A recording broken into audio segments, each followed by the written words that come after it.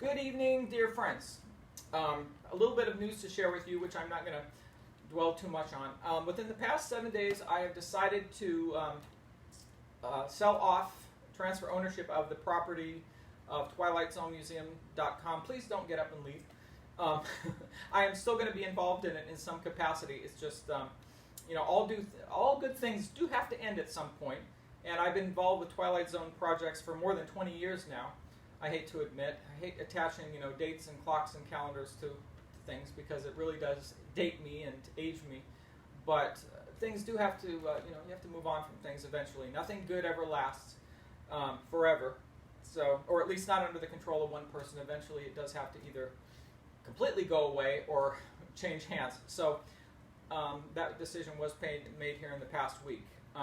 But anyhow, I won't get into those details now, but I want to spend this video talking about one of the really unsung heroes, writing heroes of the Twilight Zone, and that was Jerry Sohl, S-O-H-L, who lived from 1913. He was a little bit older member of the Southern California group of writers, along with Richard Matheson and George Clayton Johnson and Charles Beaumont and all the rest of them. He was a few days older, as I say, having been born in 1913. He died in 2002, and this fantastic book, which I have not even read in 20 years, and even at that time I don't even know if I got all the way through it, edited by Christopher Conlon and released with the permission and blessings of Jerry Sohl's family.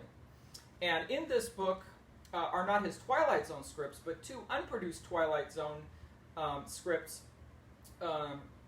for episode called, the first being the episode Pattern for Doomsday, and second called Who Am I? Now, Who Am I was in the production lineup for season 5, but it was pulled after the change in producers. After Burt Granite left and William Frube took over, Who Am I was pulled from the production lineup, probably because it was so similar to other stories that Twilight Zone had done earlier. Just looking at the title even, Who Am I, kind of reminds us, Twilight Zone was all about, lost or mistaken identity and so on and so forth. So I need to read the script again myself.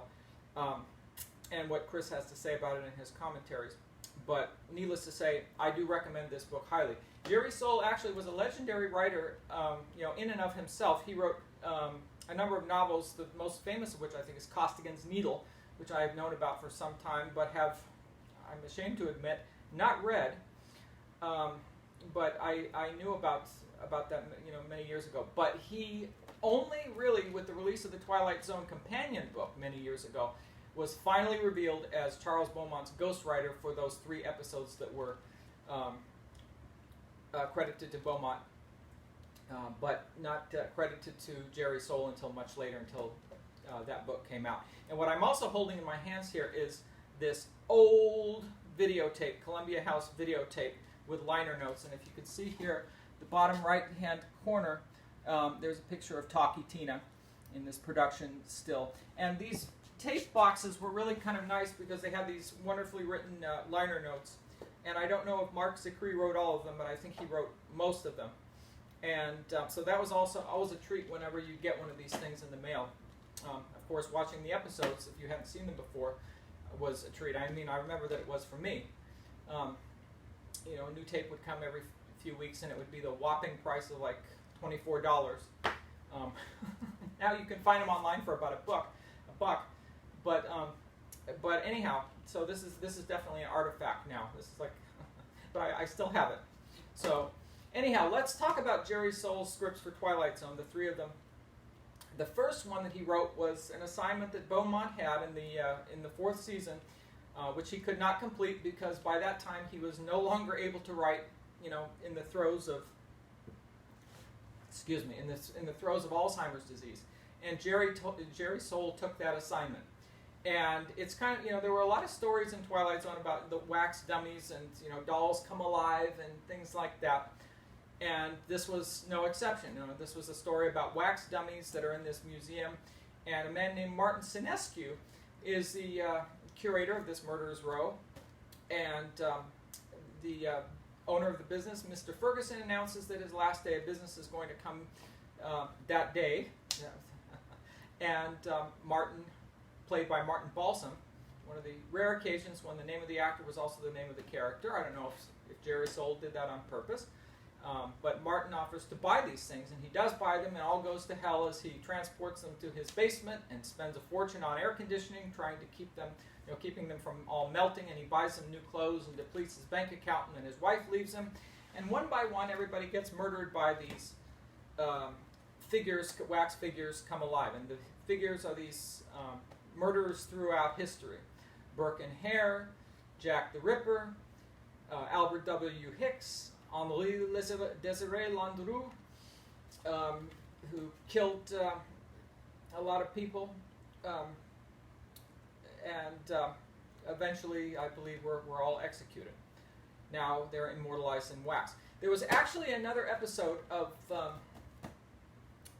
that was kind of similar to it in some ways, called Waxworks, which was done on Thriller not too long before this one, starring Antoinette Bauer and Oscar Homolka, the great Oscar Homolka, which was written from a story by, I believe, Robert Bloch. The great Robert Bloch wrote the script for that. I think a better episode than the new exhibit on Twilight Zone. I think it was kind of a better script, definitely more spooky. But I've said at other times, like in other commentaries, I think Martin Balsam kind of had a harder time with his 2 Twilight Zone episodes. He just doesn't, to me anyway, he just didn't seem as comfortable as he did with so many other wonderful roles that he essayed over the course of his legendary career. I always thought he was a bit stiff in the 16mm Shrine and also in the new exhibit. I don't know. I think he just kind of had a bad day on both of those days for some reason. So forgive me for doing this, but this is like the first day of summer here in Los Angeles. It's like one day we have it, and the next day we don't. And speaking of air conditioning and wax dummies, I don't have enough air conditioning where I live. I should have more. But anyhow, so people remember and know the new exhibit. It really, I think, did make an impression, and they did as well as I think they could have for the what they had to work with the wax figures.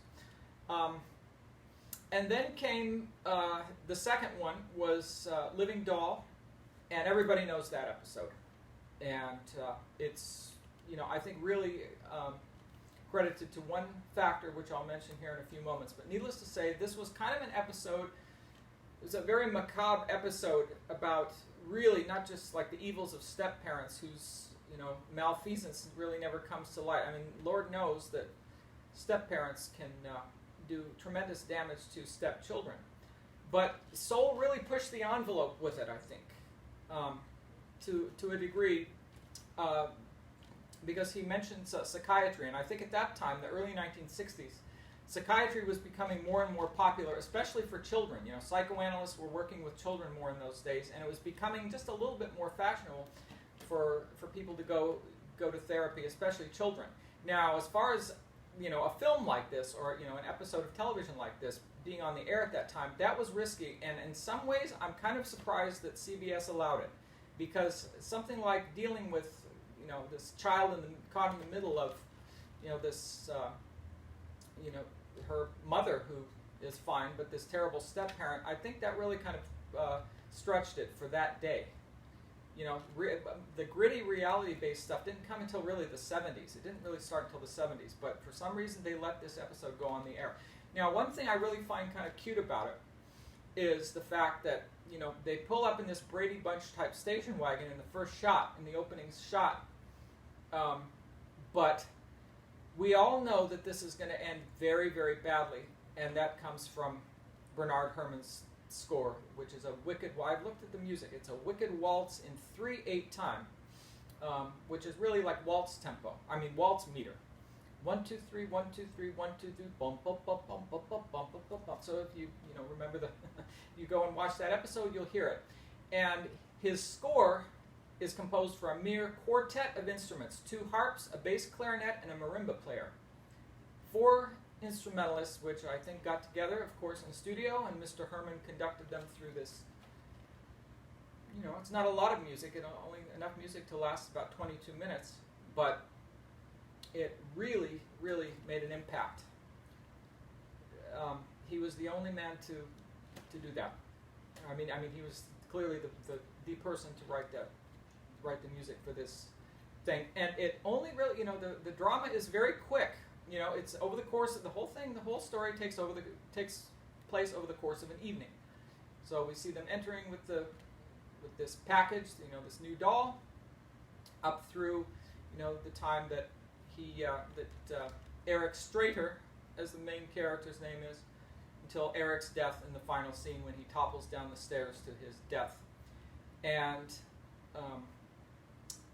this Talkie Tina is really, there's been all kinds of talk about, symbolism and stuff like that. Like, what is the doll? She's the voice of this little girl or whatever, that this man hates. But, we also have to look at her as the reality of being like a cold-blooded killer. Now, the funny thing is, Jerry's script called for an ugly doll, and they didn't use a beautiful Victorian doll, but they kind of chose one in the middle. And if you look closely at her, she really does come off as like a smiling cobra. Like in the last shot when Mary LaRoche rushes down the stairs to find her husband, to find Telly Savalas dead, and this doll opens its eyes and says, "My name is Talkie Tina, and you better be nice to me." And then she realizes, oh my God, oh my, and she tosses it aside. And that last shot that the director got with the slow motion, it just absolutely makes your blood turn to ice. I know it did for me. I haven't seen that episode many times. But I think they really did make a good choice of the doll. They chose a very good doll. They didn't make the doll ugly, as Jerry Soule asked for. They instead chose a prettier doll who was really like a smiling cobra who was uncannily immune to every attempt to obliterate her. He tries to saw her head off. He tries to squeeze her head in a vice. Not a thing. And it was very well shot too, filmed. Very well done. This doll, we never see her levitate, but she can. She can get out of a garbage can. She can't get out of it after it has bricks on the top, but she can do everything else.